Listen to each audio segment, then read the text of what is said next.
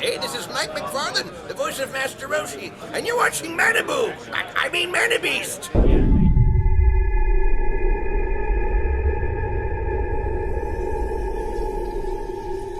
Hey ladies and gents, fine people of the internet, this is Jedah with Mana Beast, doing an updated profile on my blue Tag Team Mastery Captain Ginyu deck for Dragon Ball Z. This is a slightly modified version of what I played at ARG, mainly because after playing at ARG, I could give just the deck list as I played it at ARG, but I feel I made some very key changes thanks to talking with players there, even talking with Jeice, who was in top 32 at Worlds with the exact mastery combination with Ginyu. And so I wanted to provide you an updated deck that I think made some key changes that were better. Now to start this off, let me tell you, I'm gonna go over a very basic overview of the deck to start off with. Then after I do that, I'm gonna go into a more detailed list of combos and why I chose certain cards. So if you're looking for the basic deck list, watch this first part. If you're not interested in the basic deck list, because I got it provided in the description below, skip this part to where I've linked you to, because I've got it right here on the annotations and then in bottom of the description, and I will go into a detailed analysis of why I'm running each card and the combos and the reasonings behind it. So let's just get in here real quick. I'm running blue Tag Team Mastery, the new Tag Team Mastery from set 4, and then all 4 levels of Ginyu. All right, let's go right in here into setups. I'm gonna run here 2, Visiting the Past. Great setup. Going to run a Visage. I'm going to run a blue Dominance. That's it for setups. All right, physicals. Gonna tech in a Wall Breaker. I got 3 blue Slash. I've got 3 blue Head Knock. I've got 3 blue Betrayal. And I've got 3 I'll Dig Your Graves. All right, and moving on to energy, we're gonna run 1 blue Terror. Sadly, we can't run more. We're gonna run 3 blue Flight in that sexy, shiny new set 4 foil. We're gonna run 3 blue Narrow Escape. We are gonna run 3 Overpowering Attack. We are going to run 3 blue Arm Blast. We're gonna run 2 Energized Strike. Going to run 2 Blinding Energy Move. And 2 blue Draining Blast. And then 2 blue Neck Beam. All right, let's move on to events here. Gonna run the single Times the Warriors tool. Gonna run Captain Ginyu's Body Switch. Gonna run 2 Villainous Energy Sphere. Backing that up with 2 Stare Down. Followed by 2 Enhanced Reflexes. And 3 blue Shifting Maneuvers. Let's move on to drills here. Blue Mental Drill at 1. Blue Lifting Drill at 1. Blue Biting Drill at 1. And blue Positioning Drill. Allies. What are we going to run here for our allies? Well, you know, we're going to run the classic Ginyu. So it's got to have Burter. We also got to have Guldo. Right, of course. We then have to have us some Jeice. And we have to have Reccome. Because we've got the whole Ginyu squad here. You know, that's how it rolls. But then, of course, to back them up, we got Frieza. Nappa. Nappa know-how, as we like to call him. And Dr. Wheelo. All right, so that's the basic deck list. For those of you now interested in going to more of a deeper analysis, I'm gonna get into that right about now. So the reason here I selected Tag Team with Ginyu is because, in my opinion, especially in sets 1 through 3, the big issue with Captain Ginyu was having your allies banished. Once they became banished, your deck became less effective, and as they whittled down your allies, you lost a lot of advantage, especially in the long game. So going against stall blue decks, long game black decks, and now even with all the resurgence of orange we see, long game, Captain Ginyu with banished allies has a greater chance of losing as more of them get banished. The other thing I like about Tag Team Mastery, searching and tutoring out an ally at the start of your opponent's turn is one of the most amazing mechanics of this mastery, because you get to search out the answer for whatever deck you're going against. So let me talk a little bit about the allies and why I would search certain allies out, okay? So for instance, let's just say, I'm gonna put tag team out of here, all right, let's get the Ginyu out. Frieza. Frieza is my go-to ally for Namekian, because Namekian loves their discard pile. They want to rejuvenate out of it. They will purposely mill cards to rejuve out of it. If you can do damage and banish those weighted clothings, right? Banish those knee blocks, banish those flinches, everything in their discard pile that gives them effects and rejuves and helps their deck synergize. If you can get rid of that advantage for Namekian, doesn't matter what their anger is, and it really doesn't matter what level they're at, if you kill their discard pile early on and banish it all, and guess what? You gain an advantage over Namekian that's hard for them to pull out of. And because you have your mastery that says, hey, if you got one ally on the field, you can't crit them away. So the other then question is, well, what if you get stuff out of yours banished, okay? Because that's naturally, it just banishes all life card damage from attacks. Thing is, now with Tag Team Mastery, you don't care if you banish allies. If someone hits you with a 3 or 4 life energy attack that doesn't necessarily crit you, but you're worried about allies being banished, who cares? At the end of combat, you're going to rejuve it to the bottom of your deck, and with Ginyu level 1, you got to call it back out.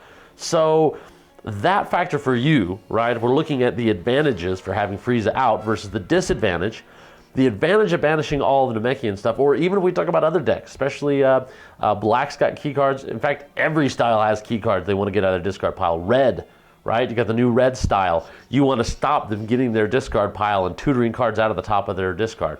Again, perfect and a good answer to that. That's why Frieza, for me, against those decks that tutor out of the discard pile, is the perfect first choice. Then the other candidate that I love calling out first is Nappa. Now, Nappa doesn't allow anybody to use setups, including myself. However, if you look at what my setups were, they're very limited. I have 4 total setups. I have the blue dominance, I have the Visage, and I have the 2 visiting the past. Yes, I could run more, but again, if I'm looking at, like we talked about Frieza, when would I use the Nappa? Well, if I'm going to go against especially Black Promo Krillin, blue decks like Blue Frieza, or anything that needs a lot of setups and drills, even Orange with some of their setups, this shuts it down effectively, because you're going against a black player and they've got power-ups and they've got searching techniques and they've got, you know, all of these like declaration, all these great setups they could use, and you say, no, you can't use it. And for me, the advantage I get of neutering their setups, even though I don't allow mine, again, is a greater advantage than if I were to allow them to use all their setups and allow me to use all of mine. The other bonus then is, as you set up your field, right? And people look at this, well, you know, crap, you know, he's going to kill your setups. As you set up your field, your opponent then sees your setups, Visage, which is great, you're visiting the past and your dominance, and they got to look at themselves and go, wait a second, do I really want to crit away Nappa as he's building up his late game? Because if I do, now his setups are live. So you put the responsibility on them to decide when Nappa goes away. And that is a really good pressure card, good mental pressure on him, and why I choose to put him out a lot of times first, even though it could neuter me possibly. Other allies that I like to bring out sometimes here are Dr. Wheelo. Dr. Wheelo, by the way, has won me more games than I care to mention.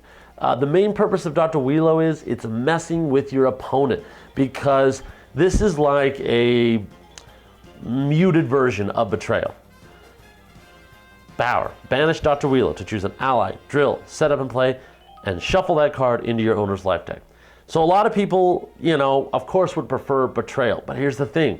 Yes, you are shuffling it back into their deck, but on a turn that they may go into combat or that you go into combat onto them, you shuffled a dead card into their hand, which in terms of Dragon Ball Z is amazing. So you're not shuffling back an attack or a block, you're shuffling a dead card back, getting it off the field, and then they have a higher chance as the game goes along and their life deck gets lower of drawing it back and making it a dead draw. So 2 advantages there in a deck that wants to be aggressive and hit, and also for getting those off the field to mitigate their advantages. And because you're running a new blue tag team mastery, guess what? You can rejuve him and use him again. He used to not be so good because it was a one-time effect and you went, yay. Doing this multiple times, I've done it against other Ginyu players because When they're on level 2 or level 3 and they can't tutor out any longer, shuffling it back in the deck is the best thing you can do, in fact. So it mitigates their advantage. They have to look at what they want to do, and this is just another ally. They have to go, crap, do I want to get rid of this, or what else do I want to get rid of? Other Ginyu allies, a lot of times I will bring out Burter if I'm going against like an energy-based deck, a really red beat deck, you know, that's going to throw me down for energies, or an orange deck that's going to try to attack me a lot. Being able to hit your attacks for +2 stages to lower their stages all the time, and even helps you with the advantage if you're trying to hit them with physicals. Ginyu's at stages are low, so any extra stages you can get by lowering them down to another attack table bracket is a bonus. So a lot of times I'll bring him out against decks that may be even more fizz beats too. If I want to, you know, mitigate their advantage of AT stages, I'll beat them down as well so they don't do as much damage to me. So really good card to have early game advantage against certain decks. The other allies, I'm going to look at the rest here. I usually don't bring them out early with that first tutoring effect. They don't really do a lot. Guldo I may bring out, but if I'm going against, like I see a Saiyan Turtles, right? I know I'm going to get physically hit, so I'm going to want an early block. Jeice is usually who I always call out with Ginyu on the first turn, so I usually keep him in there. Reccome, again, usually keep him in there till later. He's just a late game advantage for card draw, really, so these don't see as much pull out as the other ones do. All right, so now let's talk a little bit about certain cards here I have. I'm not running a huge drill package. I've got Mental Drill. I still think this card is amazing. Setting up your turn, seeing what your opponent has, you want to really make sure that when you're going into a combat that you have an advantage, or that when you do, you attack in the right order. So that's why I think Mental Drill is still super important to the game, and it's endurance too. So even if you have to banish it to get rid of that life card damage and not get hit for a crit, it's still really good. Positioning Drill, still amazing card. Being able to just put answers back on your deck and stack it over and over again to just give you this really nice next turn is amazing. Or at worst, if you know you're going to get hit, stacking a card with endurance is quite amazing.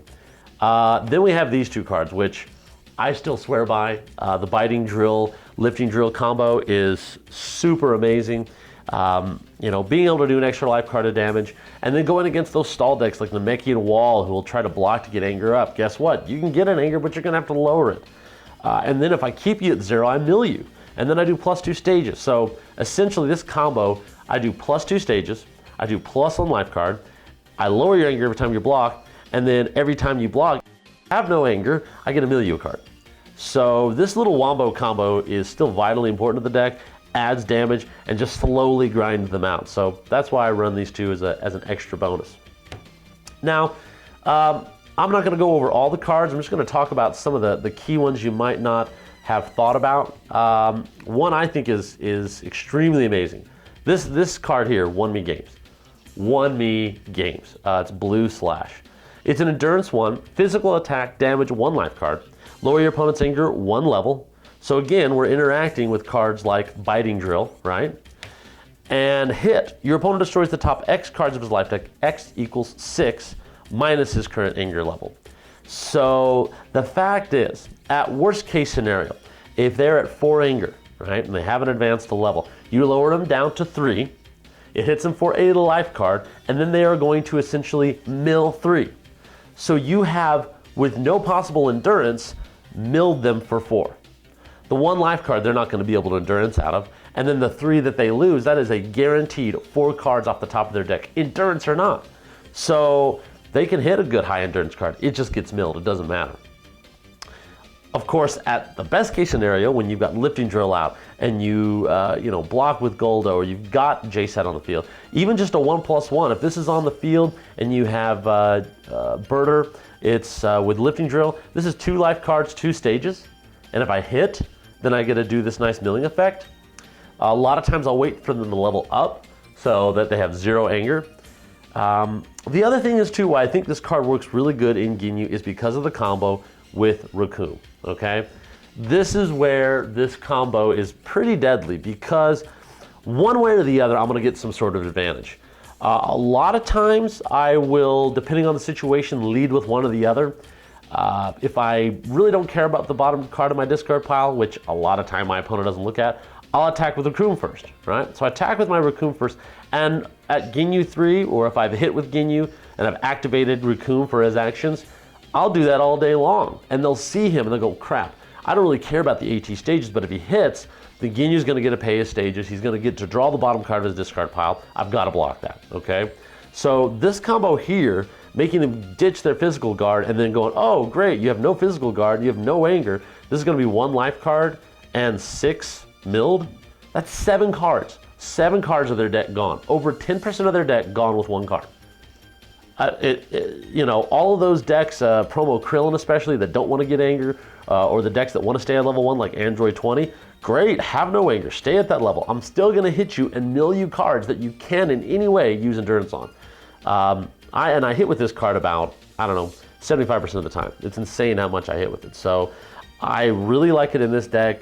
I don't know if I would go so far to say it's a staple, but I would say it's a card you should give serious consideration to in the Ginyu deck, because it still puts in a lot of work.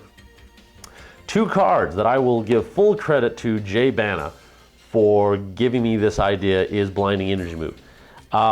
Previously, I'm telling you, I had no care for Blinding Energy Move. I really didn't. I thought it was a gimmick, and a lot of my thoughts went to, well, I've got plenty of blocks, and I've got Guldo, and I'm Ginyu. Why would I ever want to in combat? This is just silly. It's stupid. No, this card is not stupid. In fact, it's amazing. There'll be a lot of times, and this is even done to me, where, for instance, you know, my opponent will go and say, okay, I'm going to look, do I want to go into combat? Yeah, I'll go into combat. So then guess what? I got Visiting the Past here on the field, and I go, oh, he's going to go into combat, and even with like unideal hands, like they'll have 3 cards. And there's something psychologically when you see an opponent go into combat with 3 cards in hand, and they're like, yeah, I'm going into combat, that when you have a Visiting the Past on the field, a lot of times you want to use it. Like, oh crap, they've got a dig, they've got a sphere, they've got a time, they just have, you know, a blue terror, or, you know, your mind just kind of goes crazy about what they have. So then I would pop Visiting the Past. I pop Visiting the Past, and I get my Wall Breaker, I get my Sphere, I get my, you know, Time is a Warrior's Tool. So I get a card, and then I draw 3 cards. So I've got 5 cards to his 3, and I'm like, great, you know, I'm going into this. And then he's like, Blinding Energy Move, banish the top 2, 3 life cards. I still have to block it, mind you. And then I have to ditch.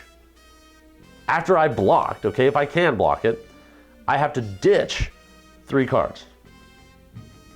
So if you look at this just like a basic card of, oh, banish the top 2, 3 life cards, and it ends combat, it seems kind of eh. But if you look at it in a different way, imagine this text instead said, banish Visiting the Past after your opponent uses it, nullify its effects, and make your opponent discard their hand down to 1. If this card said that, oh my God, it'd be broken. But you know what? In this situation, it does say that. And of course, then the opposite is true. If you're in an unideal combat, you're going against a Fizz Beat deck that just keeps hitting you down like turtles, and you have no stages. And I've been in situations where I have no stages at all. There's no way I can pay for an energy attack, and I can't get out of combat.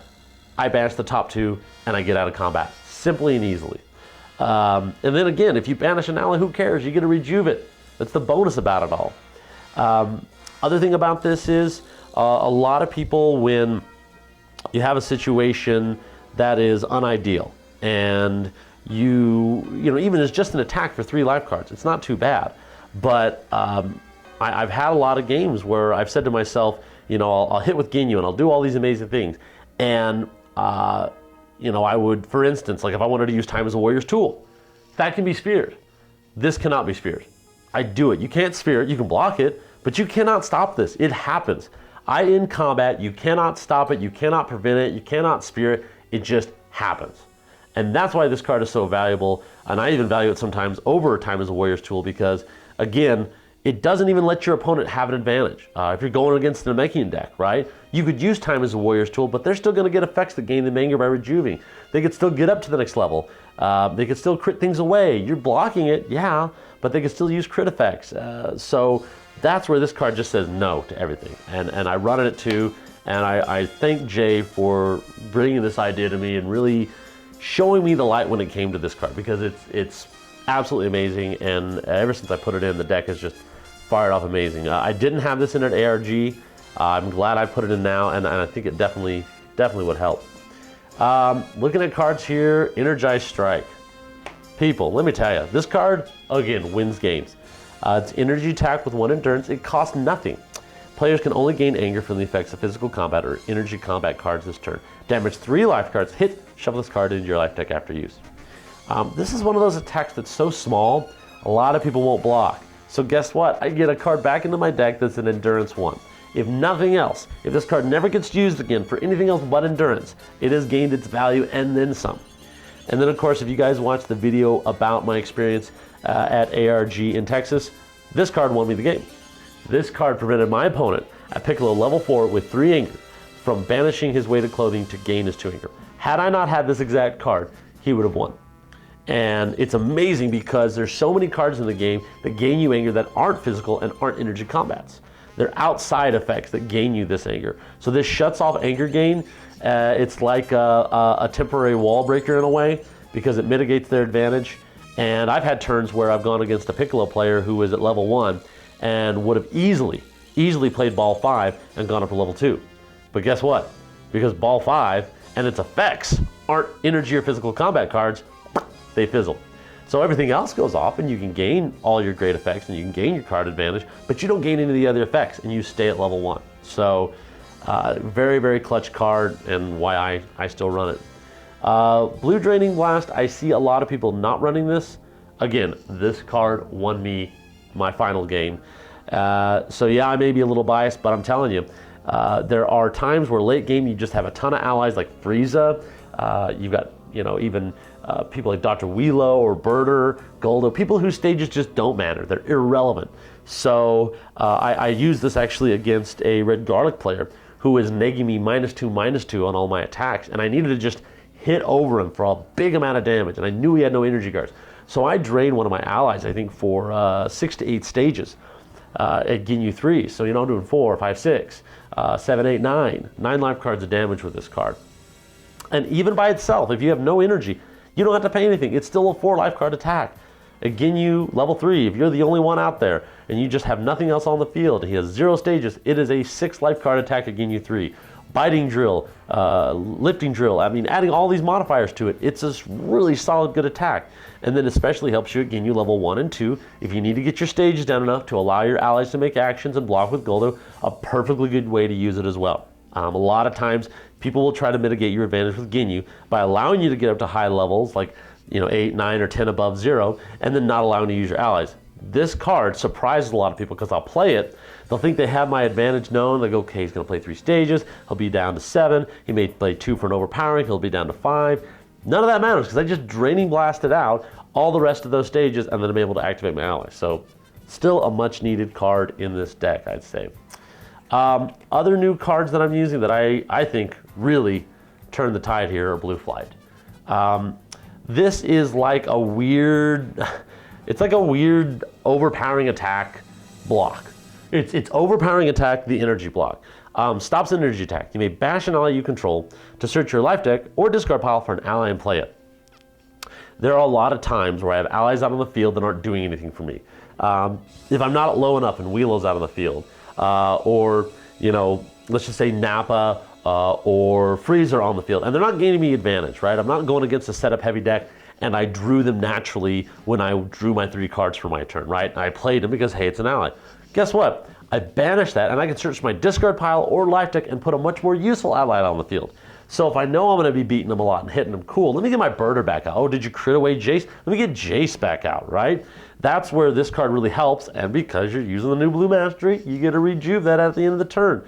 So to me, I run this over Round Throw. I did used to run Round Throw, but I felt this block was much more effective in the matchup because, again, it just kept cycling out your allies. And even the best thing is, a lot of times, like at Ginyu 3, I will use an ally like Jeice, right? He's already been used. It doesn't matter, and I may have an Overpowering Attack or a way to get him back out. So banish him, pull out a Reccome that was in my discard or is in my deck, pull him out to then let him do an attack, to then let me draw a card from the bottom of my discard pile. So there, in a sense, I've gotten myself an extra attack in after a block. So blocking pulling out Reccome to attack with Reccome in my next action. This is really clutch, and that's why I like this card, because it allows you, instead of like Overpowering Attack where you got to wait a turn to use an ally, use them right away after you block because it's your next action. So I think it's very essential in this deck to run. Looking through other cards, you know, most as you've seen, you know, I'm running the Narrowscapes, I'm running the Head Knocks. I do run, of course, the 2 new enhanced Reflexes, because there is still a meta for Krillin, and it's great to just stop it so they can't auto-crit it. It's another Omni block. I also, as you saw, did run the blue shifting maneuver. I just like this for the fact that it just stops it, gets rid of it, and even again, banishing the top card of my life deck does 0 to me because I'm blue, I'm tag team, I can get that ally back, and it doesn't bother me, along with the shifting maneuvers. So I've got a total of 5 Omni blocks, along with my energy blocks, and my physical blocks, and Guldo. This deck really has no issue deciding when it wants to go into combat, and then deciding to get out of combat when it gets, you know, really hairy. Talking about here in my events, I do run just 2 spheres. I think 2 spheres is perfect. I think 3 is a little much. And then I also only run 2 stare downs. I would love to have another one in the deck. I love the card, but again, I think 2 is perfect for this because I'm focused more on tutoring out my allies and attacking you. I do want to mitigate maybe that perfect card you've gotten out with Viz in the past, or stop you from throwing that attack that's going to really hurt me. But I do feel 3 can get cloggy.